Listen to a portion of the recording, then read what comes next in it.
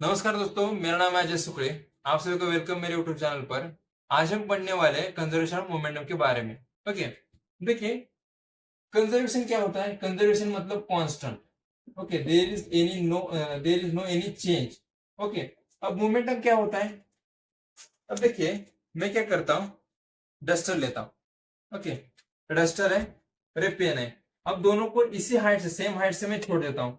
अब इनमें से सबसे पहले नीचे कौन जाएगा, जिसका वजन ज्यादा है। जिसका वजन ज्यादा है वो पहले नीचे जाएगा। तो इसमें से ज्यादा कौन सा होगा, डस्टर का। डस्टर पहले नीचे चला जाएगा। क्यों चला गया, क्योंकि इसका मास ज्यादा होने की वजह से। अब मास ज्यादा होने की वजह से इसकी वेलोसिटी बढ़ी। ओके, अब इसके पेन के कंपैरिजन में इसका मास तो ज्यादा है ना, तो जल्दी जल्दी पहला कौन गया, यही। अब इसका मास, इसकी मास की वजह से क्या हुआ, वेलोसिटी बढ़ी। तो देखिए ये बॉडी थी, ये पेन की बॉडी, ये डस्टर है। Okay, duster and pen. अब इनको मैंने सेम हाइट से नीचे छोड़ा, तो इसका मास ज्यादा होने की वजह से इसकी वेलोसिटी बढ़ी। अब ये जो रिलेशन है मास एंड वेलोसिटी का, ये मास एंड वेलोसिटी का जो रिलेशन है वो बताता है मोमेंटम। ओके, वो कौन बताता है, momentum. Momentum is equal to, momentum को हम पी से डिनोट करते हैं। P is equal to product of mass and velocity. ये जो रिलेशन है मास एंड वेलोसिटी का रिलेशन है वो कौन बताता है, मोमेंटम। मोमेंटम को हम डिनोट करते हैं पी से, तो P is equal to mass in product of mass and velocity. Okay, मैं क्या करता हूँ, एक दो ऑब्जेक्ट लेता हूँ। ओके, तो देखिए पहला ऑब्जेक्ट ए है और दूसरा ए वाला। ओके, इसका मास है, इसका मास है m1, इसका मास है m2। अब ये बॉडी क्या कर रही है, मूव हो रही है। मतलब मूव हो रही है मतलब एक जगह पर, इस जगह पर रेस्ट पे है। इसका मैं यहाँ पर कर देता हूँ कि ये टेढ़ा जा रहा है, बट समझ लीजिए आप। ओके, अब क्या हो रहा है, इसका मास m1 है, इसकी इनिशियल वेलोसिटी u1, इसकी इनिशियल वेलोसिटी u2। ओके, इस बॉडी को मैं ए नाम देता हूँ, इस बॉडी को बी नाम देता हूँ। इसका मास m1 है, इसका मास m2 है, इसकी इनिशियल वेलोसिटी u1 है, इसकी बी की इनिशियल वेलोसिटी u2 है। अब क्या हो रहा है, इसका इसका अगर मोमेंटम देखना है तो मोमेंटम क्या होगा, p1 is equal to, initial momentum क्या होगा, m1 इंटू u1। इसका इनिशियल मोमेंटम क्या होगा, p2 is equal to m2 into u2। Okay, इसका इनिशियल मोमेंटम होगा। अब देखिए ये क्या हो रहा है, ये ए वाला जो जो ए ऑब्जेक्ट है इस पे जाके लग रहा है। ओके, ये क्या हुआ, ए वाला ऑब्जेक्ट क्या हुआ, इसको जाके बी को टकराया। ओके, इस पे कोई फोर्स लगाया, ये फोन इतना फोर्स लगाया। ओके, इस ऑब्जेक्ट ने बी के ऊपर टकराने के बाद कितना फोर्स लगाया ए ने बी के ऊपर, ये फोन इतना।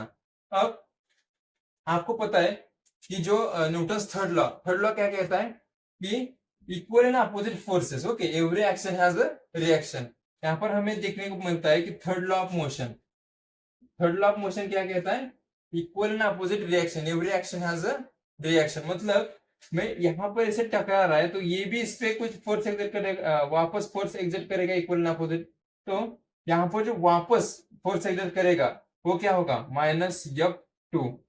-F2 क्यों, क्योंकि इसकी डायरेक्शन इस तरफ है और इसकी डायरेक्शन अपोजिट है। अपोजिट होने की वजह से इसका माइनस साइन है। ओके, ये प्लस, ये क्या कर रहा है, ये एक्स प्लस पे जा रहा है। अगर आप देखोगे ये क्या होता है, -x, ये होता है +x। अगर इस डायरेक्शन में जाओगे तो एक +x है, अगर वापस इस डायरेक्शन में आओगे तो क्या होगा, F2 है ना, यहाँ पर F1 है। अब F2 जो है वापस आ रहा है ये वाला, तो क्या होगा, -F2, राइट, -F2 फोर्स होगा। अब इस फोर्स को पढ़ने के लिए हमें जाना पड़ता है Newton second law of motion में। Newton second law of motion, second law. अब यहां पर न्यूटन सेकंड लॉ क्यों आया, देखिए फोर्स की बात हो रही है, मोमेंटम की बात हो रही है। किस किस की बात हो रही है, फोर्स एंड मोमेंटम की। अब सेकंड लॉ क्या कहता है, सेकंड लॉ कहता है कि rate of change of momentum is directly proportional to applied force. मतलब जो फोर्स अप्लाइड हो रहा है इज डायरेक्टली प्रोपोर्शनल टू किसके लिए, ये किसके साथ डायरेक्टली प्रोपोर्शनल है, rate of change of momentum. तो अब देखिए इसका फाइनल मोमेंटम क्या हो सकता है, इसकी ये जो है ए वाला क्या करेगा, ये ऑब्जेक्ट इस पे टकराने के बाद इसकी वेलोसिटी में चेंजेस आएगी, राइट। इसकी इनिशियल वेलोसिटी u1 थी, जब ये टकराता है तब इसकी वेलोसिटी कितनी होगी, फाइनल वेलोसिटी v1, इसकी फाइनल वेलोसिटी v2। तो यहाँ पर फाइनल मोमेंटम कितना होगा, m1 इंटू v1, एंड इसकी फाइनल मोमेंटम कितना होगा इसका, m2 v2। ओके, इसका इनिशियल, जब ये इनिशियल पे थे, इस जगह पर थे, तब इसकी वेलोसिटी u1 थी, इसका मोमेंटम कितना था। बाद में जब टकराया तब इसकी मोमेंटम जो चेंज हुई मोमेंटम, तो मोमेंटम कितना चेंज हुआ, m1 v1 इतना। ओके, फाइनल फाइनल मोमेंटम है ना ये, इसका भी कितना हुआ, इसका फाइनल मोमेंटम आया। तो अब देखिए हमें क्या मिला, f1 minus f1। Okay, f1 is equal to minus f2। ये बहुत इंपॉर्टेंट है हमारे लिए। अब न्यूटन न्यूटन का सेकंड लॉ क्या कहता है, F is equal to ma। अब देखो ये जो इक्वेशन है, इक्वेशन इजीली नहीं आता, इसके पीछे बहुत बड़ा कंसेप्ट है, जो मैंने पहले सेकंड लॉ बताया था ना, the rate of change of momentum directly proportional to applied force, उस रिलेशन का यूज करके इक्वेशन आता है। अगर इस इक्वेशन को अगर आपको अच्छी तरह से जानना है कि मतलब कहाँ से आता है, तो मैंने डिस्क्रिप्शन में लिंक डाल के रखिए, वहां पर आप जाके देख सकते हैं। मैंने बहुत अच्छे से वहां पर बताया कि ये कहाँ से आता है, ये फिजिकल डी में कहाँ से आता है। तो देखो ये फिजिकल डी में f1 इज इक्वल टू क्या होगा, m1 a1, f2 is equal to क्या होगा, ये माइनस लिखते हैं, m2 a2। f1 किसका है, इसका ए ऑब्जेक्ट का, और f2 किसका है, बी ऑब्जेक्ट का, राइट, a2 का। अब ए क्या होता है, A is equal to acceleration.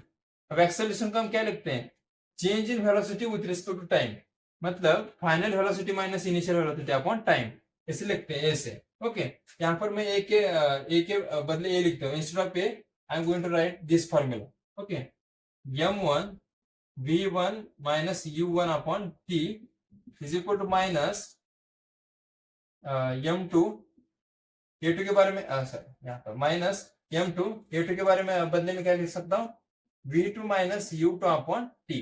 Okay, अब देखिए मैं इसे क्या करता हूँ, ए टी को टी कैंसिल हो गया। ओके, ये टी को टी मल्टीप्लिकेशन में है, इज इक्वल टू है, और मल्टीप्लिकेशन में होने की वजह से ये दोनों क्या हो रहे हैं, एक दूसरे कैंसिल हो रहे हैं।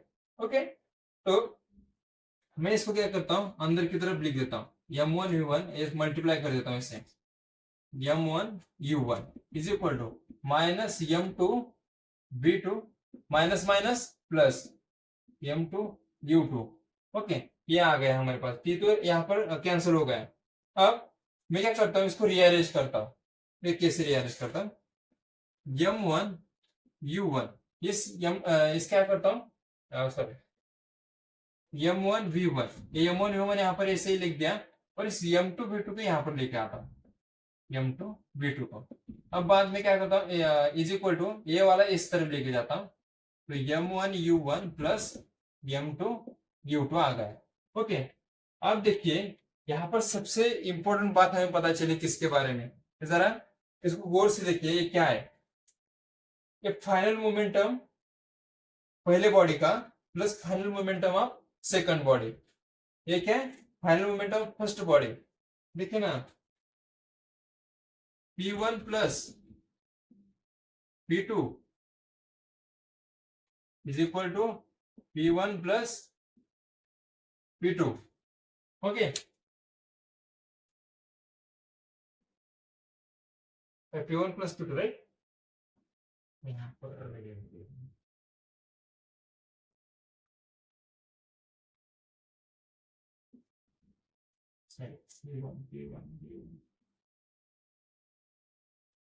ओके, अब देखिए ये जो final momentum of first body, final momentum of first body plus final momentum of second body, यहाँ पर first momentum of first body, first momentum of second body, मतलब ये क्या हुआ, ये फर्स्ट है और ये सेकंड, मतलब पहले जो summation of first momentum is equal to summation of final momentum, मतलब जो इनिशियल मोमेंटम था बॉडी के अंदर इज इक्वल टू इन दोनों का जो मोमेंटम था, इसकी जो समेशन थी इज इक्वल टू क्या हो गई, फाइनल मोमेंटम। मतलब यहाँ पर हमें क्या पता चला, जो पहले मोमेंटम था इन दोनों में is equal to final momentum. क्या बात पता चली, जो मोमेंटम इनिशियल मोमेंटम था इज इक्वल टू क्या हुआ, फाइनल मोमेंटम।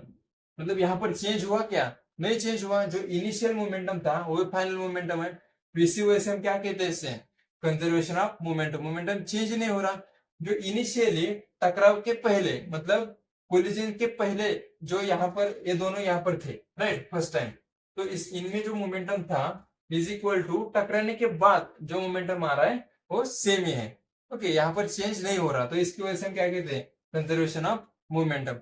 अब देखिए यहाँ पर सबसे इंपॉर्टेंट पॉइंट है, यहाँ पर मैं एक्सटर्नल फोर्स नहीं लगा रहा हूं, मतलब मैं इसे अपने हाथों से नहीं, ऐसे यहाँ पर मैं कोई भी फोर्स ऐसे नहीं लगा रहा हूँ इस बॉडी पे। यहाँ पर मैंने फोर्स लगाया और इस पे जाके टकराओ, ऐसे मैंने कुछ नहीं किया। ये बॉडी खुद, मतलब खुद खुद कभी जा नहीं सकती, ये इमेजिनरी है, हाइपोथेटिकल है। बट यहाँ पर मैंने एक्सटर्नल फोर्स नहीं लगाया। ओके, ये अपने आप जाके उसे टकरा रहा है, तो इसकी वजह से क्या हो रहा है, कंजर्वेशन मोमेंटम आ रहा है। ओके, खुद जाके टकरा रहा है, इसकी वजह से जो इनिशियल मोमेंटम था इज इक्वल फाइनल मोमेंटम। अगर मैंने यहाँ से बाहर से फोर्स लगाया, मतलब यहाँ से इसको फोर्स लगा, कंचे खेलते हो ना आप, कंचे खेले हो बचपन में कभी, तो कंचे आप ऐसे जब मारते हो तो आपने इस पे फोर्स लगाया, इस कंचे पे, ये कंचा जाके उस कंचे पे लगेगा, तो एक्सटर्नल फोर्स अप्लाई किया आपने यहाँ पर, तो इसकी वजह से यहाँ पर कंजर्वेशन मोमेंटम नहीं होगा, वहां पर मोमेंटम चेंज होता ही रहता है। ओके, तो यहाँ पर जो मोमेंटम है ये है हाइपोथेटिकल, इमेजिनरी। यहाँ पर मैंने एक्सटर्नल फोर्स नहीं लगाया, ये खुद जाके उसे टकराया है ये ऑब्जेक्ट। अगर मैंने बाहर से एक्सटर्नल फोर्स लगाया होता तो मोमेंटम चेंज होता है, मोमेंटम कंजर्व नहीं रहता, कांस्टेंट नहीं रहता, जो अगर मैं एक्सटर्नल फोर्स लगा दूं तो। ओके, ये बॉडी और ये बॉडी, ओके, ये बॉडी उससे टकराई, राइट। अब जैसे टकराई, टकराने के बाद ये बॉडी जल्दी, इसका जो मोमेंटम है, इसकी ये जो बॉडी है इसकी वेलोसिटी कम हो जाएगी। ओके, इसके टकराने के बाद, मतलब इसमें अंदर जो मोमेंटम था, इसके अंदर जो वेलोसिटी थे वो कम हुई, बट इसको टकराने के बाद इस बॉडी के अंदर क्या हुआ, इस बॉडी के अंदर मोमेंटम जनरेट हुआ, मतलब इसके अंदर बॉडी वेलोसिटी जनरेट हुई, इसने वेलोसिटी ले ली, इसकी वेलोसिटी इसने ले ली, ये बॉडी, ये बॉडी बी को जाके टकराया, राइट। ये बॉडी बी को टकराने के बाद ये तो रेस्ट पोजीशन पे आ गई जल्दी से, बट बी रेस्ट पोजीशन पे नहीं आता। इसका मतलब यहाँ पर जो मोमेंटम है वो डिक्रीज होता चला गया, बट यहाँ का मोमेंटम क्या होता चला गया, इंक्रीज होता चला गया। अब देखिए यहाँ पर डिक्रीज होता चला रहा है, यहाँ पर डिक्रीज हो रहा है और यहाँ पर इंक्रीज हो रहा है। जितने अमाउंट के साथ यहाँ पर डिक्रीज हो रहा है उतने अमाउंट के साथ ही इंक्रीज हो रहा है। इसका मतलब है यहाँ पर जो मोमेंटम है ये अपोजिट तो है, बट इसकी जो वैल्यू है सेम है। यहाँ पर भी हम इसे मोमेंटम क्या कहते हैं, कंजर्वेशन ऑफ मोमेंटम। ओके, यहाँ से हमें क्या मिला, एक बॉडी का मोमेंटम कम होता चला गया, दूसरे बॉडी का मोमेंटम बढ़ता चला गया, राइट। तो ये जो इस थ्योरी को हम क्या कहते हैं, कंजर्वेशन ऑफ मोमेंटम, राइट। तो हमने यहाँ पर देख लिया कंजर्वेशन ऑफ मोमेंटम।